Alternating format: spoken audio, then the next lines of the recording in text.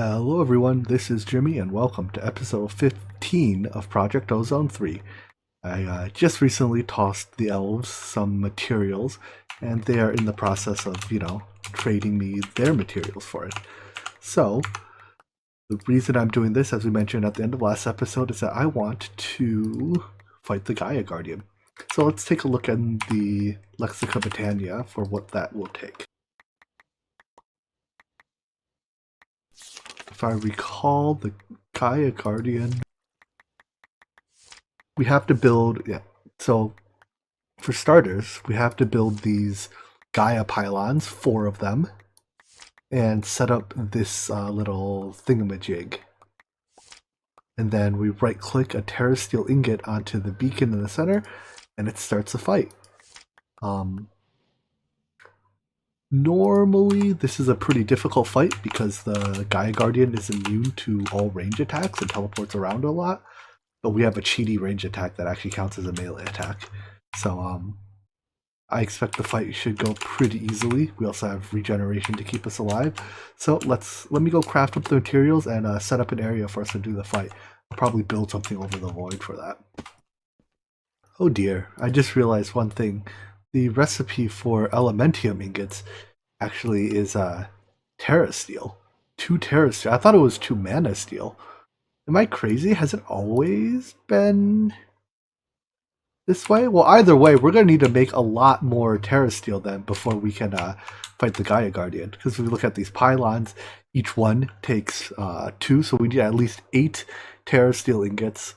Or 16 terrasteel ingots just to make the pylons, and then we're going to need another few to feed to the beacon to start the fight. So let's go and see if we can scrounge together like 20 terrasteel ingots.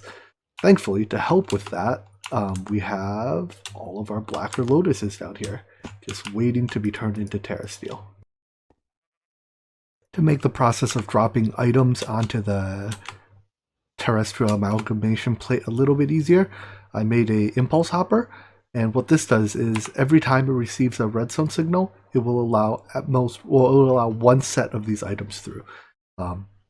So when I press a button, it will drop 1 of each, and that'll craft into a piece of terrasteel after, I don't know, 5-10 seconds. And you see now that it's able to pull mana from 3 mana pools, it's much faster. And once that terrasteel is done being crafted, it gets stored in the drawer. So let's keep this going and make our 20-ish pieces. The one thing I do need to manually do is from time to time come over and top up our mana pools here. Because we're using mana way, way faster than we're producing it right now.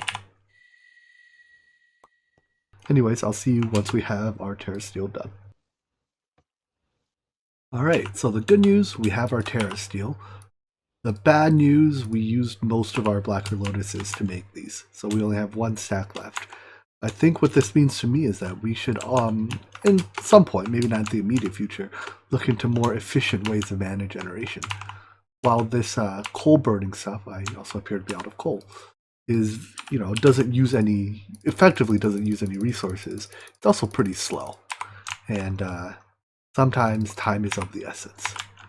It's better to use something that does use resources that's quick. Or I have some pretty interesting ideas. I don't think they're all that groundbreaking, but using some more advanced flowers that'll produce a lot of mana much quicker. Anyways, now that we have our terrasteel, let me see. So how much do we need? We need Gaia pylons, right? So it's 8 ingots. 8 by 2 is 16. So this should get us our Elementium. Cool, quest complete. So the Gaia Guardian, again, to fight him, we need to build a platform with that structure on it. So I'm going to go get us 1 more beacon and build that platform out. Gotta kill withers to make beacons. At this point, we could easily actually fight the wither, but I'm just so used to, spawning them in the bedrock and shooting them while they're helpless. Alright, now we can go build out that platform. Before we do the fight, I'm thinking we should make a new set of armor, because ours is pretty beat up. I guess we don't need a chest piece. So let's see what enchants we get. Unbreaking, sure. Double soulbound. It's really bound to our soul. No clue what rebounding is. Alright, whatever. Gear is gear. So, put that on. And I have already built the platform over here. You see I marked it about 500 meters out. So let's see if we can start the fight. Now, there are a lot of requirements about this, like the quote-unquote battle arena. Generally speaking, it has to be pretty flat and clear of obstructions, but I think when you try to start the fight by clicking a piece of Terra Steel onto the, you know what, before we do that, let's get some just-in-case apples. Let's see, so these will be our just-in-case golden apple, and then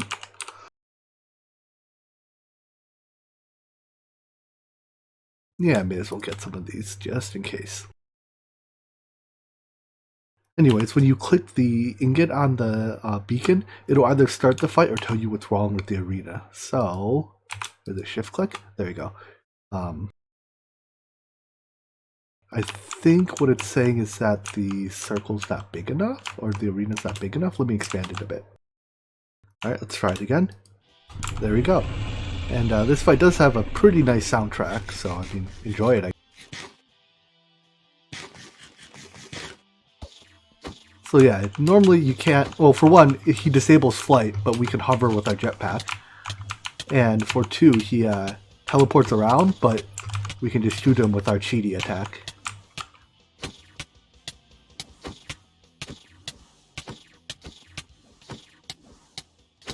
I think if you fly too high, the fight resets, so don't like fly super high, but fly high enough that you can, generally speaking, stay out of his gunk. I actually can't tell, am I about to die?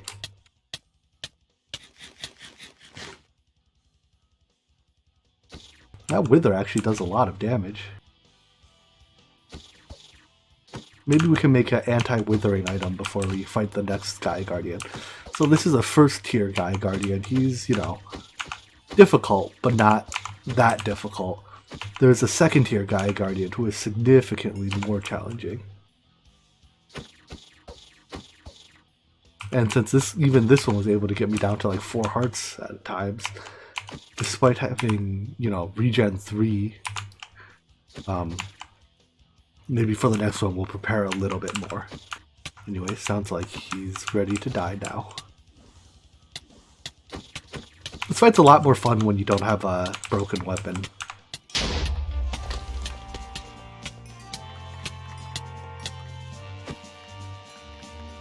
Anyways, collect your loot, chief among which you are looking for these Gaia spirits. So these Gaia spirits you will use to craft the Gaia spirit ingot, I believe it's called, which is the key to the next Gaia Guardian fight. As for our options on how to deal with the wither effect, there is the 48 carrot, which just holding it in your inventory, you know, makes you immune to wither, which requires all the other carrots leading up to it. These are just like, you can grow these on ores. It's a little weird how they work. Anyways, I think though, I'm going to go ahead and make the witherless, ooh, do I have a rose bush? I want to make the witherless rose if I can get a rose, but I'm sure I can find one somewhere. And this, as long as you hold it in your, or as long as you have it in your inventory, you will also be immune to wither. I think there's like another item that does something similar from one of the other mods, but I couldn't quite find it. Anyways, yeah, I'm gonna go make that witherless rose, and then we can get ready for the second Gaia Guardian fight. With quite some difficulty, I finally managed to find some rose bushes in the Lost Cities dimension. And we're gonna need a few more nether stars.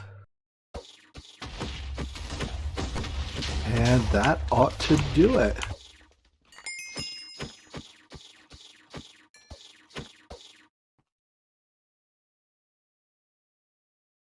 One witherless rose coming right. Oh, I still have to craft these. Cactus green. Alright, and what is this? Oh, cool. That's like an extra life. Alright, looks like I need to go get some cactus green before we can do this. And with that, let's finally make our witherless rose. Cool. So just by having this in our inventory, we won't get withered. By having this in our inventory, we get an extra life. And let's make our Gaia Spirit ingots. And with this, we can now go fight the Gaia Guardian too. Let's see, is there anything else we need to prepare? I don't think so.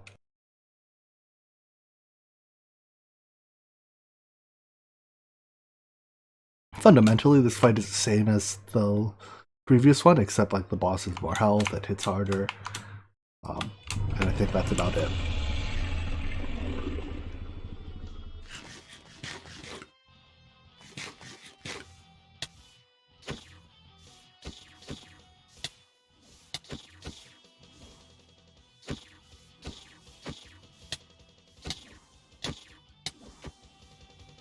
Stupid pixies, die. It's nice that the, whoa, his bolts actually hurt quite a bit. Anyways, it's nice that the laser gun, the left click, like the punch, does as much damage as a shot. Because again, the entire thing counts as a melee weapon.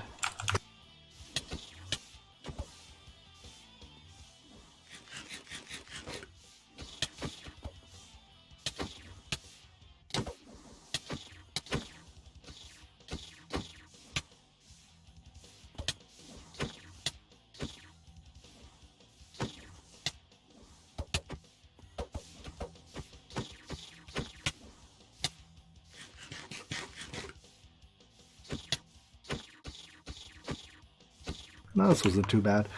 So the second version, this Gaia Guardian 2, each time you kill him, he drops a special dice. And I'll show you that once we're done with the fight. There's, I think, 6 different unique items you can get from him. And they are pretty powerful items, and that's something disconnecting from my computer. I hope it wasn't that important. It wasn't my mouse or keyboard or microphone, right? So, yeah. But yeah, there's a few there's one very powerful ring, some pretty cool weapons, and some cool toys.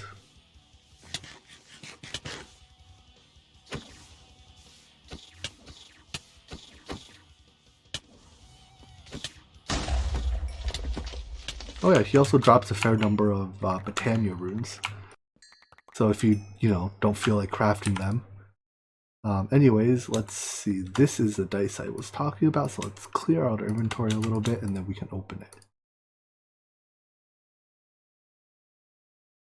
Good enough. So let's see what we get. Ah, nice. I like this. So this is the Key of King's Law. If you've ever watched like the Fate series, the anime, you'll recognize this. Let's see. When you hold right click, you can generate, as long as you have a mana tablet in your inventory, generate a bunch of weapons and they shoot off at whatever you click it on. I don't think it damages terrain, although I could be wrong. But yeah, it does, I mean, you know what, I'll use it when I fight the next Gaia Guardian just to show it off, I guess. It doesn't do all that much damage, but it's a pretty fun toy. Alright, let's do it again. Well, actually, this might not damage him. I might have to use it on the, like in the intermission on the mobs. Oh no, it definitely damages him. But it's not as good as our gun. I think it'll be more useful when we have to fight the hordes of mobs.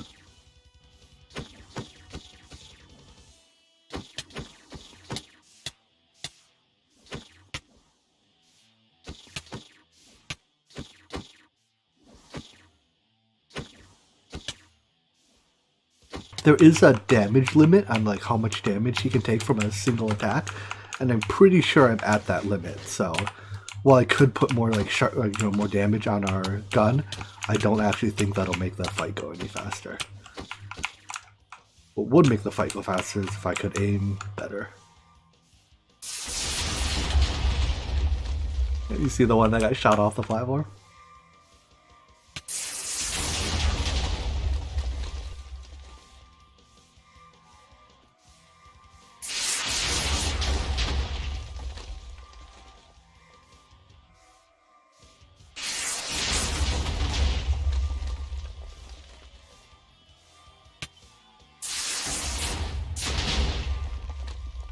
You know, despite this being AoE, I'm not actually sure if it's better than just shooting them with the bow or with the laser gun. I feel like besides the ones that get knocked off, it's not actually doing all that much.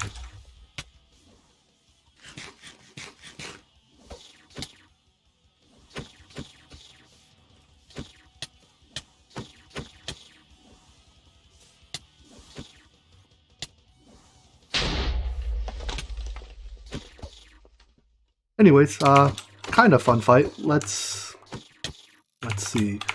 Let me get this dice. Oh, where'd it go? Did it blow up? Oh no, here it is.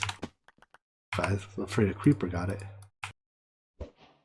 And the Ring of Loki. This is a weird item. I think what it allows you to do is it allows you. You know how we have like the mod that lets you. Let me get a block. Place blocks on the bottom side of blocks. I think it allows you to do similar things, but I've never really used it. Anyways, I'm gonna fight this Sky Guardian a few more times because I am specifically looking for one of the items. So I'll be back when I get it. What do we get? All right, the fruit here. It's I don't think we can eat it because we have full saturation, but if you have a mana tablet in your inventory, you can just eat this over and over again for food. It's not that special, but cool. 4th time's the charm. I think that's the ring I want. So let's put it on. Yeah, it is. So the Ring of Odin, when you wear it, you see my hearts going up. It gives you 10 extra hearts. It might do something else as well, but the 10 extra hearts is a big effect. After you get each of the drops once too, you get an extra entry in the book. So the Ring of Odin, let's see. So it gives 10 extra hearts and immunity to drowning, suffocation, fire, and starvation damage. Cool. Let's see. So I think I've gotten 5 of the 6. 1, 2, 3, 4. Maybe I've only gotten 4. Trying to remember if I care for the last 2. I don't remember what they are off the top of my head. You know what, let me look it up and see if I want to farm them. Okay, I took a look at the other 2 artifacts that can drop, and I'm not terribly interested in them. At least not yet. Maybe at some point we'll come back to fight the Gaia Guardian some more, because he drops these Gaia spirits, and I have a feeling we'll be using quite a bit of them for various crafting. Although, you know, maybe not. Let's see, what uses them? Oh, we can make an end portal. That's cute. Gaia mana spreaders, we'll need a lot of these. But whatever, if we do come back to fight the Gaia Guardian, we'll get them later. For now, let's head back to our base, clean our inventory up a little, and figure out what we want to tackle next. And with that, I dare say we are done with Britannia for now. There's still quite a few quests left to do, but we can put that off for later. None of these actually give us, you know, useful features right now. So let's see what we can do next. Some pretty good options include Astral Sorcery. Let's see, we have to... I'm pretty sure we can get the Pure Crystal to start Astral Sorcery. There's a lot of cool stuff in here, but we've been doing magic for a lot of episodes now. Let's switch back to tech and go for a little bit, and then we can revisit magic. So in the tech world, I'm thinking I want to do pneumatic craft. Pneumatic craft is like, it's all based on like air power and stuff, and I think it gates, like the capacitors in pneumatic craft gate access to mechanism. So let's get started. The first thing you do in pneumatic craft is you use an explosion to craft compressed iron. So if we look here, explosion crafting. Throw some iron on the ground, set an explosion off next to it, and you can turn iron into compressed iron with about a 20% loss. So since TNT explosions are pretty damaging, I'm pretty sure we can craft using tiny TNT, which is from Applied Energistics, and I mean, it's basically TNT except it, whoopsies. it doesn't explode as violently. Apparently, it can't be lit by a flint and steel either. So let's see if that makes our compressed iron. It looks like it did. There we go. So I didn't count exactly how much I put down, but as it says, we lose about 20% when we craft this way. Not that that's a big deal because we have, you know, no shortage of iron. So next up we want to get to, let's see, we have to make an air compressor and some of the piping for it. Let's do that. Alright, looks like I got ahead of myself here. To make the air compressor, we need the advanced plating, which takes tough alloy, which I think for now we make it in a tinker smeltery by alloying lithium with ferroboron, and I think we have lithium. No, we don't. Okay, so I'm ahead of myself in two ways. We need both lithium ore, which comes from a laser drill. I think it also spawns in the deep dark. And the other thing we need is boron, which also, I believe, spawns in the deep dark or is available with a laser drill. I wonder which is easier. Oh, no, laser drill requires requires getting into mechanism and pneumatic craft. So I think for now our only source of this stuff is the deep dark. So let's make a portal to the deep dark. Let's see, portal to the void. Deep dark portal. So it's a bunch of cobblestone and a warp stone. Okay, we can do that. The portal to the deep dark. So I think the shtick in the deep dark is that, how do I get in there? Do I just stand on it? I think it's if you are too far away from a light source, you take damage. But the good news is we don't really have to worry about that because we have a Lantern of Paranoia, which will automatically keep us in the light. I think what we want to do is from here, we start pretty high up, and I think we want to dig down. Oh, I guess there's some terrain generation going on. Let me let the terrain generation do its thing a bit, and then I'll dig my way down to where the bulk of the stuff is. Right off the bat, we've hit something new, though. Here we have aquamarine ore, which I think is the aquamarine for astral sorcery. Looks like it drops as ore. What do I do with this?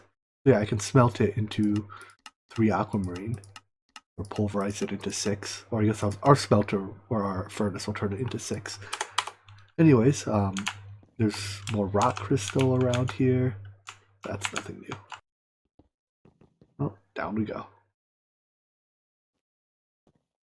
I guess instead of digging here, let's just dig out some of these. No, that's no better. So if you dig down far enough, it opens up into this large cavernous region. This is where the bulk of the materials are to be found, I think, or in the area underneath here. Now, once again, because it's all dark, lots of mobs spawn here, including charged creepers, apparently. And lots of charged creepers, jeez. So, yeah, be careful down here. Having flight is nice, but I think if I just dig down here, I'm hoping we can find these. Wow, these things are tanky down here. What is this? Uranium? Lithium. So there's lithium, and we still need, what is it, boron, if I recall? But I'm pretty sure that just spawns down here, you know. I'll come back when I find some. Here we go, boron ore. It's pretty well camouflaged, but it's here. So now that we have some boron ore, some lithium ore, I'm gonna get a little bit more, just so we have enough to get started, and then maybe I'll try to come up with some method to automatically mine this stuff. Right now, I'm thinking it might have to be the vertical digger, just because I don't think we have access to the other, you know, types of quarries yet, right? Like the digital miner, I think is the digital miner is easily one of the most powerful quarry type blocks, but that requires basically doing all of mechanism. And then there's like the builder from RF Tools, which we also don't have yet. So anyways, yeah, let me gather up a little bit more of this lithium and boron. And here we go. We can make ferroboron, which will mix with lithium in the smeltery, which will give us our tough alloy, which can allow us to finally make the air compressor. Wow, that was a lot of work. Well, I guess it wasn't that bad. It just involved, going to another dimension and mining a bit. But we could almost make our air compressor. One compressor coming right up. So now that we have this, we can start generating air pressure. And that's kind of the pneumaticraft, energy source. The basic compressor uses furnace fuels. Let's get some coal in there. And it just, shoots compressed air out the back, which we can pipe to wherever. Now, we're not doing anything with it yet, so right now the air is just venting. That's okay. Before we do anything else, we want a safety system. If you look at this UI, the compressor is in the green zone up to 5 atmospheres, and any higher than that, it risks exploding. So let's build a quick safety system that keep our compressor from exploding. The way this works is we can set it to say it only runs, let's see, when, let's have a redstone signal turn it off. So if we get I think it's called like a pressure gauge. The pressure module. So let's make a handful of these. I'm sure we'll use them. And place it on the pipe. It'll emit a redstone signal proportional. Oh, it even seals the pipe up for us. Nice. It'll emit a redstone signal proportional to how full the pressure tube is. So if we get some redstone, we can see right now it's emitting 0. Oh, there it goes. Now it goes to 1. So every half bar, I think. Yeah, every half bar is 1 level of redstone. So we can see now when it reaches 1, it'll become 2. And then if we just do this, when it gets to, let's see, so if this is 1, 2, 3, 4, 5, when it reaches power 5, it'll turn our compressor off. Now we actually want it to go a bit more than 5 because that'll shut the compressor off at 2 bar. What we actually want is the compressor to shut off at maybe, let's say 4.5, so 9. So let's make this redstone a little more complicated so that we shut off our air compressor at 4.5 bars of pressure. All right, here we go. So there's a couple ways to do it. I prefer to use digital logic over analog logic. So when you think of redstone, right, it has like a power level that decays by 1 every tick. It kind of works as analog logic in that way, in that it has different values as opposed to just on or off. But the logic is a little bit simpler when you work in digital land, which is, again, in digital logic, values are either, your zeros or your ones, right? Your trues and your falses. So what I'm doing is I'm taking the value coming out of this and I'm comparing it to 9. Let's see. 9. Whoops. How do I? 9. Alright, so if the signal is greater than or equal to 9, this emits a redstone signal of some value. It'll happen to be the input value, but then I use a redstone repeater to power that up to 15, which will always make it back to the air compressor. And this air compressor is about to explode, so let me vent it. So what happened there, actually, enable unload, I need a repeater here too. Okay, there we go. So when the air pressure reaches 4.5 again, we should observe that the compressor turns off. Let's confirm that that is indeed the case. Okay, almost there. So it's 4.4, 4.5, this turns on, and that causes the compressor to, it doesn't shut it off immediately. What happens is it causes it to not burn the next piece of fuel that it's using. So right now it's still pumping, but once this piece of fuel runs out, which I think actually highlights a problem here. So we told it, hey, don't consume a new piece of fuel at 4.5, but what's happening is because it's already running, the current piece of fuel will cause it to go over. So we actually have to set this lower. Let's set it to 3.5 then, and that should ensure that we don't run into that problem. So let's see, 3.2. So when this reaches 3.5, that should tell the compressor, it should turn on, and that'll tell the compressor, finish your current piece of fuel, but don't start a new one. Now that this kind of, think of it like as an inertia problem, it gets less bad as we add more wires, right? Because then as we add more wires, there's more total volume to absorb the leftover pressure. So yeah, let's say that this safety loop, as I like to call it, is good enough for now. So the first thing, well, maybe not the first thing, but the short-term goal I like to have in pneumatic craft is to make the advanced compressor. Let's see, advanced liquid compressor, advanced air, no, neither of those. The flux compressor, that's what I want. It's a RF burning, it uses RF instead of coal, and this is a very easy to use compressor because you don't have to worry about fueling it and yada yada yada. It also conveniently sets us up for our next goals, which are to make advanced pressure pipes, which require the assembly machine, and printed circuit boards, which requires transistors, capacitors, and all that jazz. Oh boy, this will be a trip. So anyways, let me look through this nested recipe and figure out what I want to tackle next.